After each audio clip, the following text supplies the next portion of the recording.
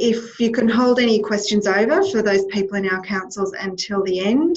What we can do then is either you can submit them via the chat option on Zoom, or if you let me know via chat that you have a question you'd like to ask, we can unmute you and ask it in person. So what I might do then is put the presentation back up and ask Robin and Matthew to kick it off. Okay, thanks, Bronwyn. Can everybody hear me okay? Yes, hopefully it looks like. You can.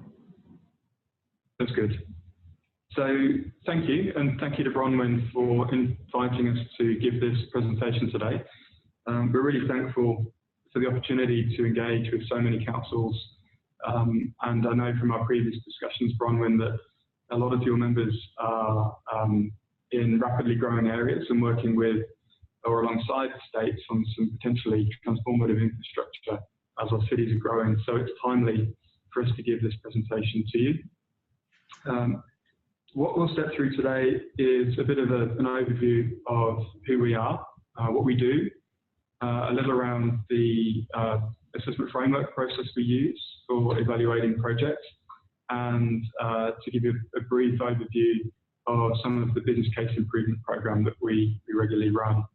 So before I do that, I am currently the acting executive director for our project advisory function within Infrastructure Australia. We have responsibility for the infrastructure priority list primarily. We also deal with a range of advice to governments at all levels. And I'm joined by my colleague today, Matthew Ho, who's a principal economist. Yes, so I'm also working in the project advisory function. One of my main tasks is to look at the business cases that are submitted to us from the states, territories, from local government, and also from the private sector. And so I'm pleased to be here today to be able to share with you the outline of our process for looking at business cases for projects and initiatives. And since we're working by voice today, hopefully you can differentiate us. Now you've heard both of us introduce ourselves. So as Bronwyn said, the timing for today is that we will talk for about 20 minutes, and we'll step through the slide deck that you'll see in front of you. And then we'll have about 20 minutes for questions and answers, and we're happy to take any questions during that period. So without further ado, as Bronwyn's shown on the first slide there, we're an independent advisory body. Our mandate is to provide advice to all levels of government on nationally significant infrastructure. We do that across a number of asset classes, including transport, water, telecommunications, and energy. We have been in existence since 2008, so for around 11 years. There was a major reform of our Act in 2014, which changed the broad structure of the organisation and also, more importantly, our board. So we have an independent board, which is Infrastructure Australia. All decisions made by the organisation are made by our board. If you could go to the next slide, please.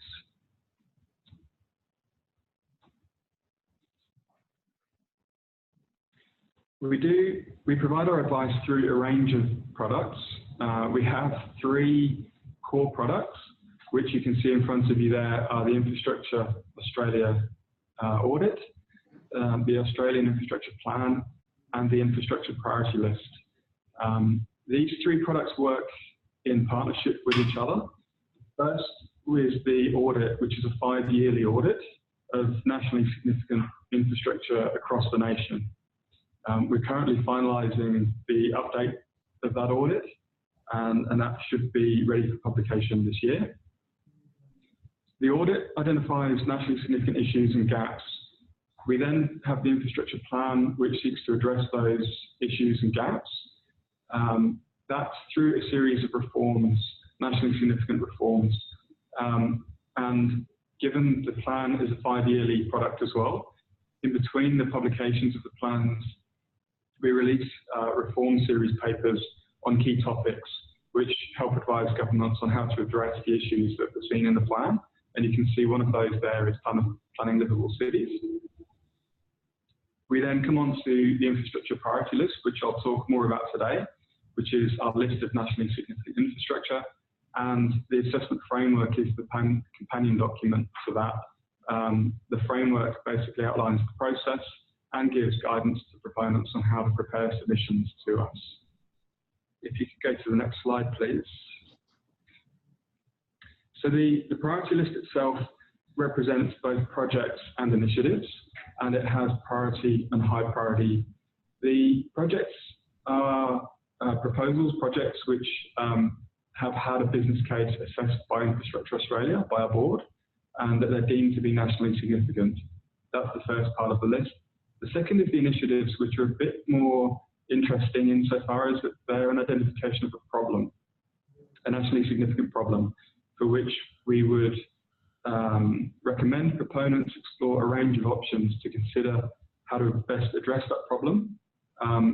The best of those solutions then becomes a project which goes onto the list as a project. The next slide is just a brief video which hopefully runs Bronwyn, and will give you a bit of an overview of the priority list.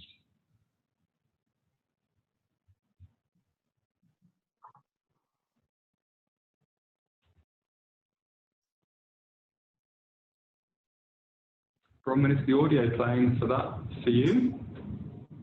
Can you hear that? No, sorry. No.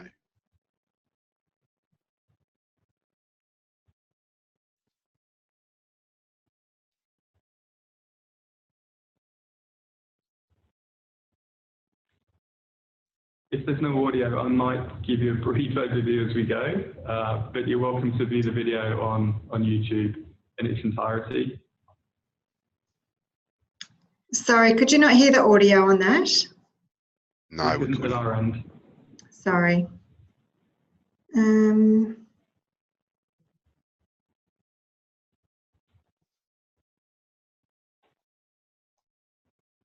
not sure how to do that. Sorry. That's okay, Bronwyn. We'll keep. I can send out the link anyway. Yep. That's fine. The interesting part will be the Q&A, so we'll get through the background about us relatively quickly. The video is available on YouTube. It basically gives you a bit more background around the things I mentioned for the infrastructure priority list. It shows how it works. The next slide just gives you another example. On our website, you can also go to this live map, which shows where projects are, and you can zoom into each of the jurisdictions and see what's actually currently listed on the infrastructure priority list. So that's another good way of just identifying what we've listed so far. If you could go to the next slide, please. So as I mentioned, the priority list is our publication. The list itself is a live list. So as we make decisions on initiatives or projects, we add them to the list. We actually do an annual publication as well. So around February each year, we publish the list as it stands with an overview of each project or initiative on the list. So you can obtain that from our website. To make a submission for the list or to have more understanding about how to prepare a business case, we also publish the assessment framework, which you can see on the screen there. That's available on our website too. The framework provides two things. One, it outlines our approach, which I'll cover on the next slide in a bit more detail, but it also provides very technical guidance on some matters that you may come across in a business case. So it serves two functions. It explains our approach and our process, and also provides some substantive information as you do a business case. If you could go to the next slide, please. So as I mentioned, we do have a process, which you can see on the screen here, and I'll talk to that in a little detail. It has 5 stages. The first is around identifying a problem. As I mentioned, the priority list includes those they're called initiatives, but it's effectively the identification of a nationally significant problem. My colleague Matthew is going to talk about that in a bit more detail, so I won't cover it now. The second stage is then to consider all possible solutions to address that problem. from better use of existing assets, use of technology, a range of different ways you can solve the issue before you get to an infrastructure investment solution. So we need to know that we've explored all potential options, and we may end up with a package of parts of different solutions that were very good, and so the actual preferred recommended solution may be a hybrid of a range of things. It may include some technology, it may include better use of existing assets, and it may include some infrastructure investment. We do that through stage 2. We filter those from a long list of potential options to a short list of potential options, which will then be the best performing options that go into a business case itself. Stage 3 and stage 4 are part A and part B of that process. Stage 3 is where the proponents prepare a business case, and stage 4 is where we assess the business case. We typically have early engagement with proponents as they prepare the business case, just in case they're unsure of anything. And then in stage 4, we assess it and we make a recommendation to our board. And subject to that recommendation, we list the project on the priority list.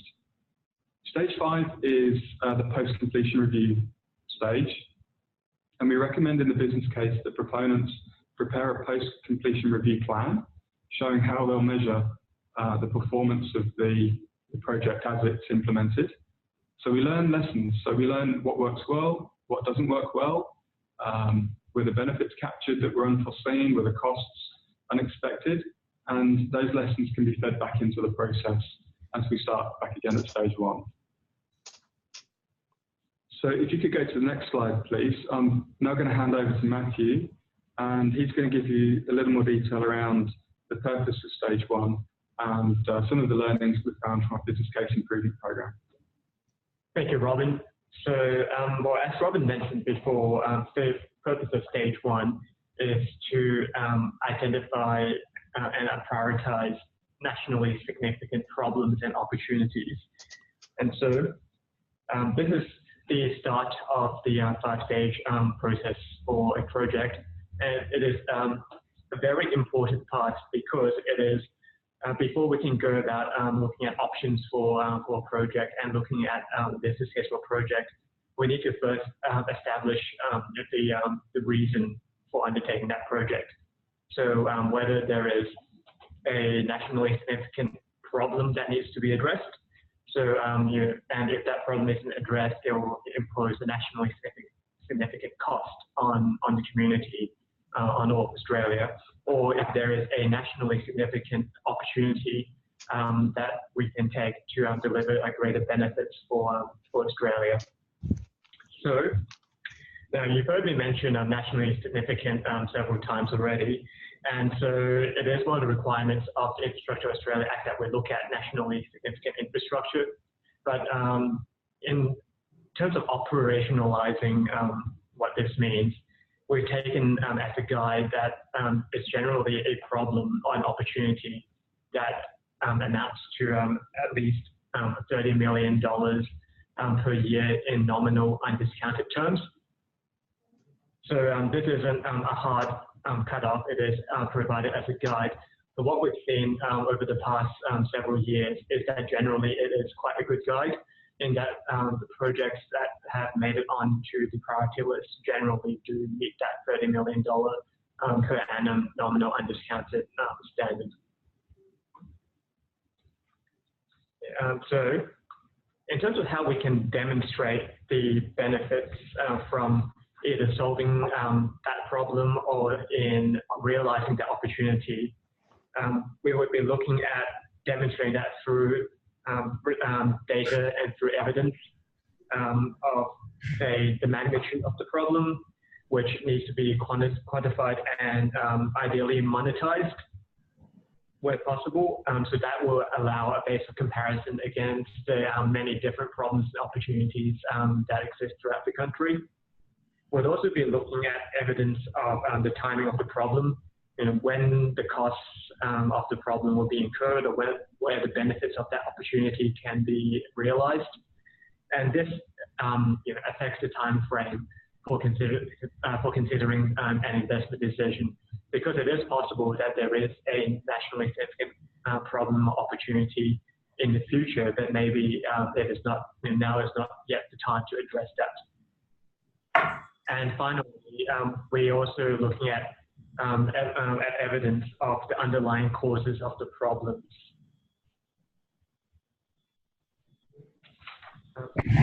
Can you? Thank you. So we've got it on the screen. You can see that you can see our template for stage 1 submission. And for those of you who are thinking of making a stage 1 submission, this is a very useful tool that sets out basically what is the information that you can provide that will help us in assessing that stage 1 submission. Matt, if I could just jump in for a second there. I forgot to mention at the beginning that one of the reasons for giving this presentation is to also help you understand what your state or jurisdictional partners may be doing.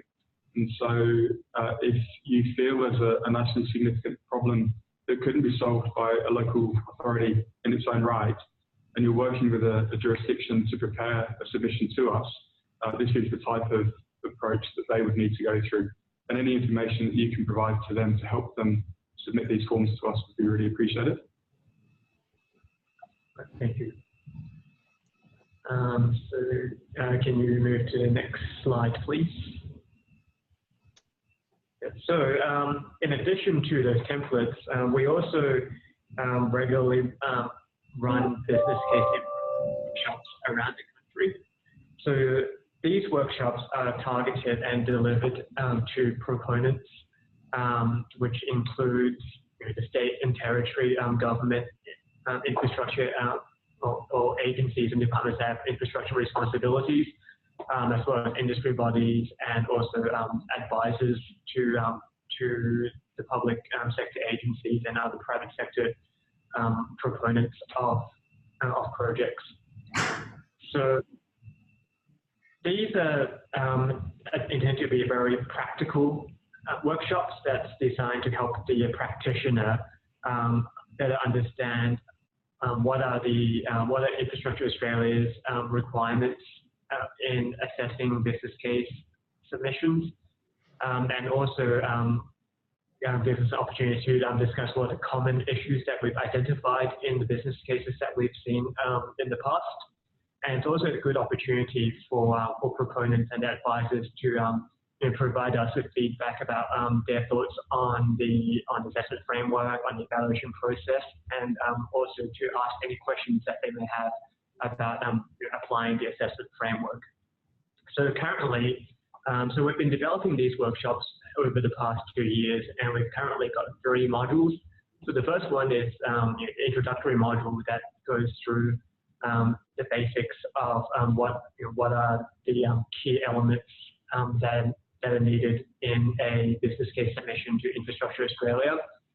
And we also discussed those common issues that we've identified in past assessments. So the second module is a more specialized module which focuses on transport demand modeling. So we don't run these ones very often just because the audience for them are quite small. It tends to be traffic demand modelers. And we run that one on an as needs basis.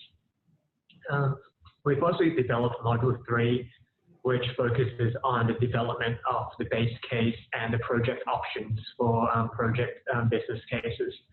So that is also quite frequently run. And we've recently just held a module 1 and a module 3 workshop in Adelaide just last month.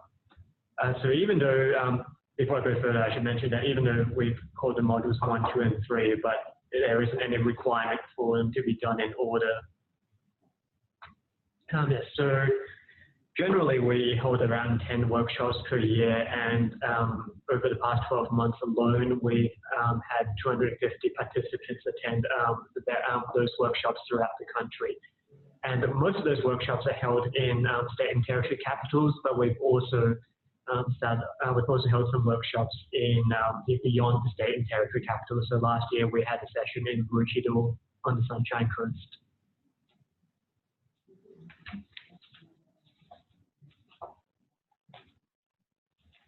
And so, as I mentioned before, in those business case improvement workshops, we do go through in some detail the types of issues that we commonly encounter in business case evaluations.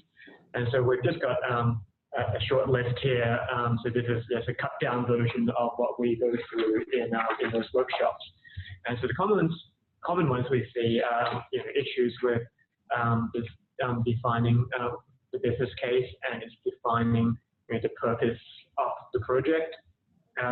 Another common one that's related is the options definition, where the different options for a project isn't well set out, and often that it isn't. We also often don't receive more than one project option, which is a problem, since when we give advice to the government on the infrastructure priority list, sometimes we actually get asked by the minister about, okay, so is this the best option?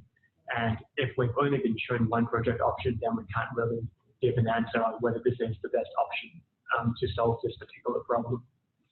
Another common problem are this inaccurate forecasts.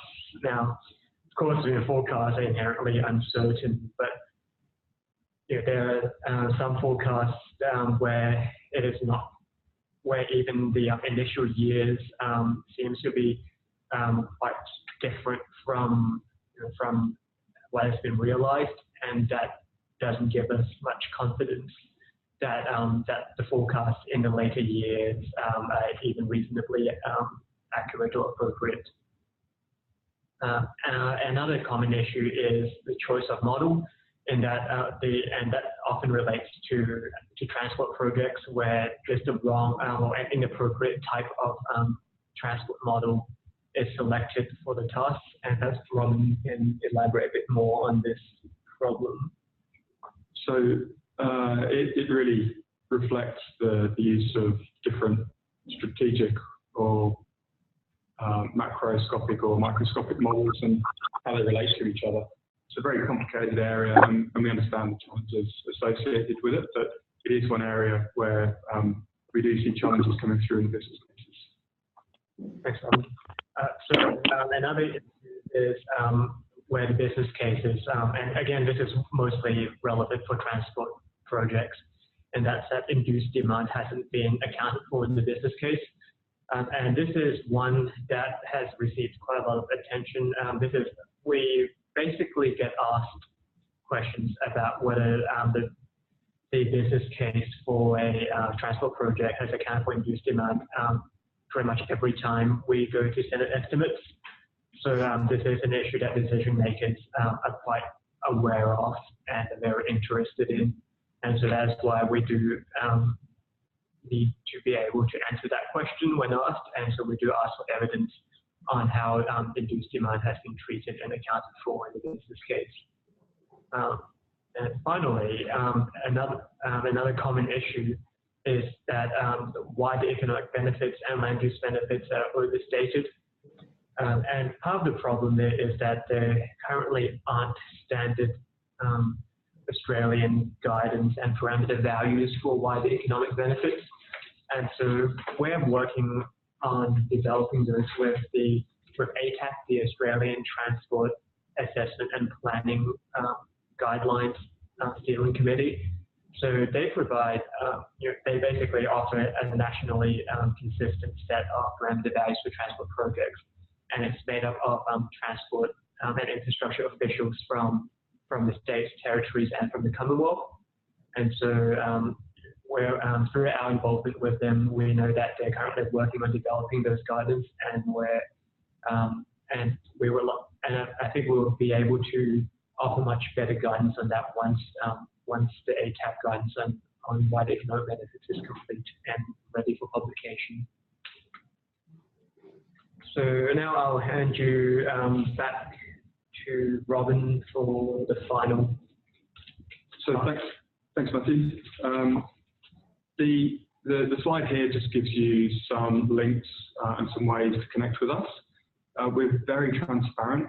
As an independent agency, our mandate is to advise governments at all levels and to raise awareness of of project evaluation. So our website has a wealth of information on it. All of the core documents I mentioned at the beginning are there. All the reform series papers are there. Every project we've evaluated has an evaluation summary. They're all published on our website. So basically, it's a wealth of information. Our assessment framework, the templates, the toolkits, everything is on our website. You can also join our mailing list and have a regular update on our progress and the things we're up to. And if you are socially media inclined, you can follow us on Twitter or LinkedIn as well. So that wraps up the core of our presentation today, and we're happy to hand over for Q&A. Great. Thank you both very much. I think this has given us a real insight into the process, and I can sort of hear minds ticking over as to how local government needs to or can be involved and who they need to be working with from those very early stages in the process with their state governments especially. But I know there are a number of large-scale projects across the country that our members are part of and would like to progress. So I think this is a great kicking off point for those processes. But what I might do now is open up to any questions. If you have something, feel free to unmute yourself. Please introduce yourself and ask your question, or you can send it through on the chat as well. So would anyone like to kick off with a question?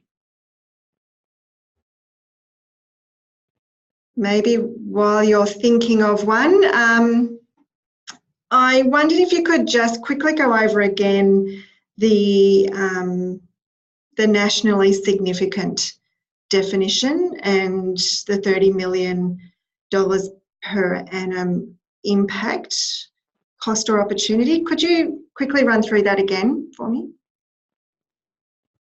Yep, of course. So I will give a brief overview, and if you need a more in-depth economic argument, I'm happy to hand over to Matt for that. Mm-hmm. Effectively, what we do through the stage one is to identify problems or opportunities. So they could be a range of things. It could be congestion, it could be constrained access to something, it could be that development can't occur because capacity doesn't exist. It could be an opportunity that if an investment was made, more economic production could occur. So it could be either way. It could be a future constraint or a future opportunity. What we do is that we ask proponents to then monetize those problems. So congestion has a cost, and we can put a cost on the level of congestion that would occur in each of the future years. If all the problems are costed and all the opportunities are costed or monetized, then we sum up some of those problems and opportunities for each year. And if it's more than $30 million in nominal undiscounted terms, we would deem that to be a nationally significant issue. So as an agency, our mandate is to deal with nationally significant infrastructure as a Commonwealth agency. That's not to say that issues aren't state significant or locally significant, but our mandate is only to consider the nationally significant ones. So that $30 million provides an indication of the threshold at which that problem would have an impact on the national economy. Yep. Yep. Okay. Well, I suppose that's a little lower than I was expecting, but I think especially in growth areas, there are some particularly transport-related problems that would have that much of an impact, if not more, especially around some of the employment precincts and industrial centres. So that's interesting. Who else has a question out there? Don't be shy. Okay, yes. So we have one from Rebecca, who's from the Shire of Mitchell, who's having some technology issues. But here are a couple of questions instead. So how does Infrastructure Australia liaise with, for example, Infrastructure Victoria? And how does that alignment occur or not within a political environment? Okay, that's a good question. Thank you. We do engage very closely. We refer to them colloquially as the I-bodies. Most jurisdictions now have a form of I-body, but they all have very different mandates and different structures and processes. And some deal with, for example, delivery. Some have an assurance function, and most have a strategic function, which is identifying a 20-year infrastructure plan or similar. Noting that Infrastructure South Australia has relatively recently been established, and Infrastructure WA is in the process of being established. So they're at different levels of maturity. We engage with them in a number of ways. Some engage with us as proponents. So New South Wales, we engage with Infrastructure New South Wales fairly regularly. We have a quarterly engagement with all I-bodies. So we have a quarterly meeting where we talk about common issues facing the nation. And we engage as well on reform papers to understand how they can be implemented in each of the jurisdictions. So it's a good question, a range of ways. Hopefully that explanation helps. Yeah, it does. Thank you. I've just got someone ready at Penrith to ask a question.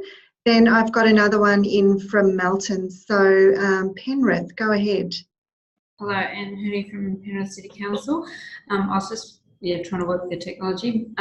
One question that I had was about like the 30 million, often the infrastructure projects are big single things, but how would IA view like multiple small projects, for example? And what I'm thinking of is one of the issues we have across many councils is DDA compliance for bus stops. Now, Infrastructure Australia put out their report on out-of-urban public transport, and the solutions often are to do with bus transport services, and some of that is to do with accessibility of bus stops. So it would be something more like a zillion little projects rather than one big infrastructure thing. So it's more like a program of infrastructure rather than a project. Does IA have a view on something like that? Yeah, I'll start that question, and I might hand over to Matthew if that's okay. So I'll answer the question a little more generally first, because it's a good question to provide context for programs and program business cases. So we do consider programs and program business cases. We have a few on the infrastructure priority list. One example is improving road safety in regional areas. And we know that's a broad issue, but it is a discrete and defined issue as well. So we do have some programs on the list. The key question in identifying if something is a program is that it needs to have some nexus between the components of the program. So it can't be just a number of similar projects in a similar area. It has to be either delivered as a program, so the solution is delivered as a program. There's some synergy between the projects. There's some linkage. There's some reason for them being considered a program. So at a broad level, hopefully that explains the first point. In more detail around your actual detailed question about DDA compliance, that would be something you'd need to understand the economic costs. So I completely appreciate the reason for DDA compliance. I'm a transport planner by background, and I understand the challenges of actually achieving the DDA compliance. It's something that we definitely need everybody to keep moving towards. However, for us to consider something, we would need the economic cost of the problem to be quantified. within that bounds of the first part of it being also defined a program, a discrete program. Matt, is there anything you wanted to add to that? Yeah, I think that DDA compliance will probably will be something that we'll consider in terms of the strategic alignment of the project to with government objectives. And so that's probably how we would consider that aspect of the problem.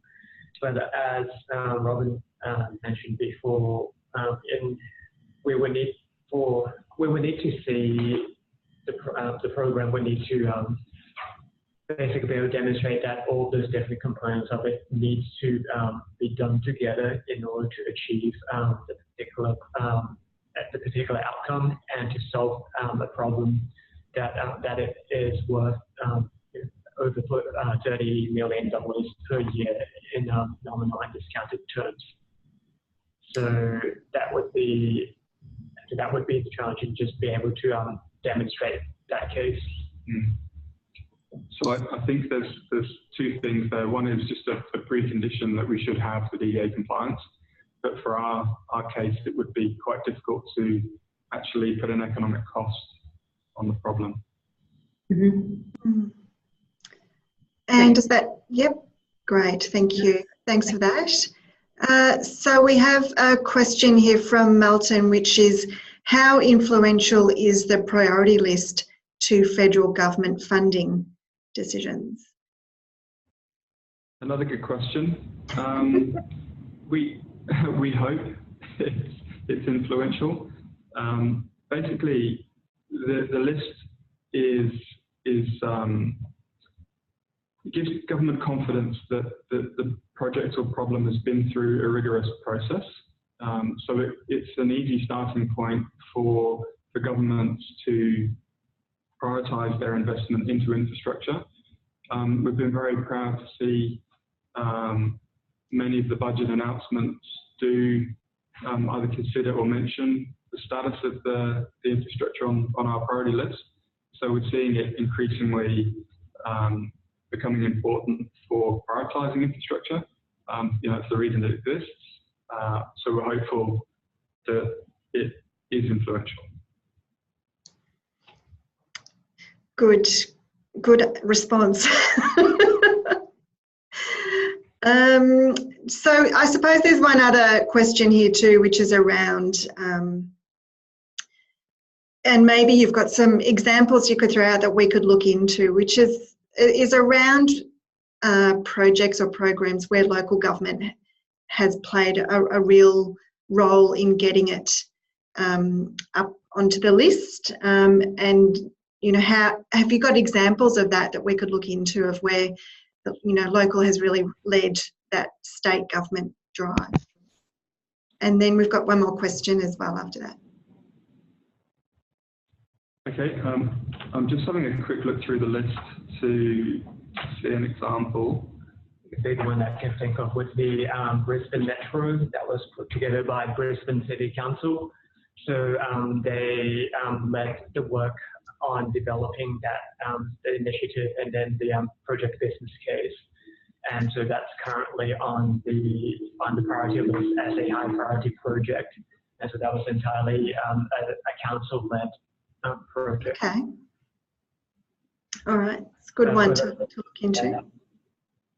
Yeah, there's noting that that Queensland has very different division of responsibilities between state and local governments when it comes to transport compared to the other states and territories. Okay.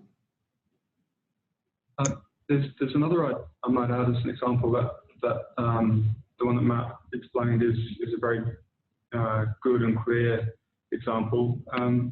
Another is the Canning Bridge crossing capacity in Western Australia. Yep.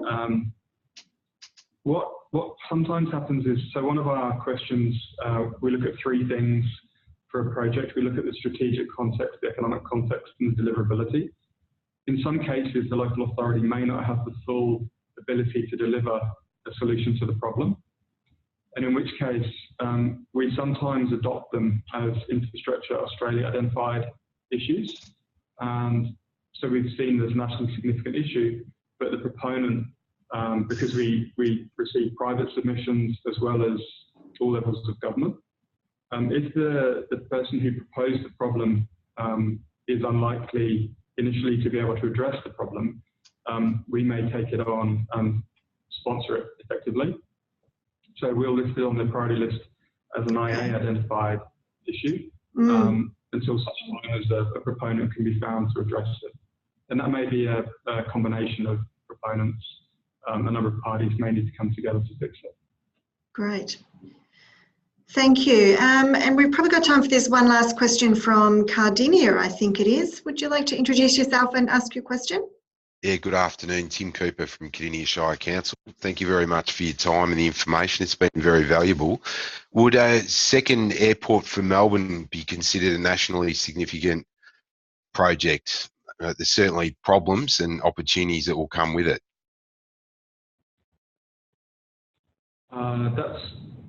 That's an interesting question. Quite a broad question, I think. Stepping back through the logic, we would be wanting to understand the need for a second airport. So if you think through our process, we start with what's the problem that we're seeking to address or opportunity to be realised. So we would seek very clear evidence that the current aviation capacity is constrained, that there are issues, that there is a need to think about doing something. Then in the second part of our process, we look at a range of options. So could the existing airports be used in a different way? Other ways they could be augmented, expanded? What's a whole range of different solutions that could address the problem in stage one? And then moving through to identifying a preferred solution. So we wouldn't like to jump straight to, is this project a good idea? So any suggestion at all? The first question we ask is why? What's the problem or opportunity? What's been considered, and how have you arrived that this is the best decision for the nation? So I think there's a lot of data that we could start to provide on that. Obviously, it'd have significance for Victoria as a state. When you talk about the monetising the problem or the opportunity with the $30 million, the impact that might have for the federal government on funding that's provided and benefits to state road networks that may connect into national road networks. I suppose they're all things we'd have to work through, and these are really broad questions. But are they areas that people have tried to work in to the projects previously? So I might just step through a little bit there. I think there's a few questions in that question. The last one first potentially is that funding is a matter for government. So we don't have any funding powers. We basically prioritise and recommend to government if things are a good idea to do. We then leave it to others to move it on, and that wouldn't form a significant part of the problem statement. The problem statement would really be defined around the congestion or real estate opportunities or trade or other things that could be realised from this. Yeah. No, I meant already, buckets of funding that are committed to the state for infrastructure for road improvements. Could you consider that in monetising the problem or the opportunity, or has that been done before? So just to clarify, are you saying that if this project was to go ahead, then the government will have to spend less money on maintaining the road network because people don't have to drive as far to the current airport? They can go to the second airport instead. Is that what? That's correct. Something along those lines. Yeah.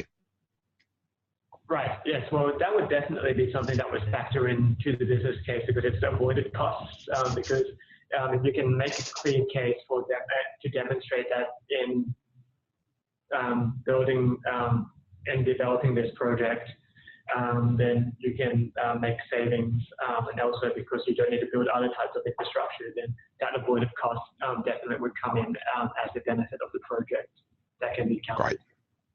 Thank you. Great. Well, thank you all. We have reached the end of our allocated time. So wanted to say thank you to everyone for joining in. I'm sure there are a lot of notes being scribbled down, and I reckon there'll be quite a few visits to the website in the near future. So please, let's keep the conversation going. Really want to thank Robin and Matthew for putting this presentation together and for their time today. We really appreciate it. We really appreciate making that connection too. So we'd love to see this conversation continuing, and please, NGAA members, I'm happy to connect whoever might need to be connected. So please be in touch. We'll wrap up now.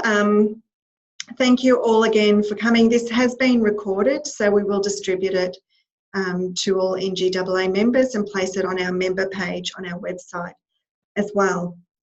If you think of more questions, please let us know, and we can keep the conversation going with Robin and Matthew. So I'll finish it off there. Thank you very much. Robin and Matthew, could I ask you to just hold on for a bit longer? But we'll finish the meeting there. Thank you. Of course, thank you everyone. Thank you.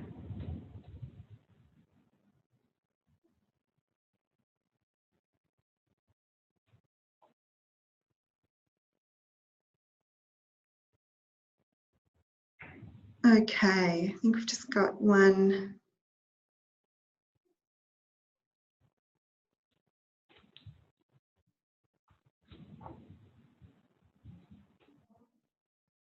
Okay.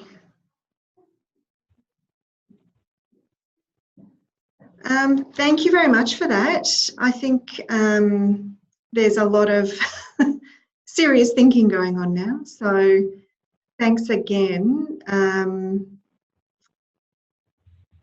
Was there anything that came up in there for you two that you think we've got to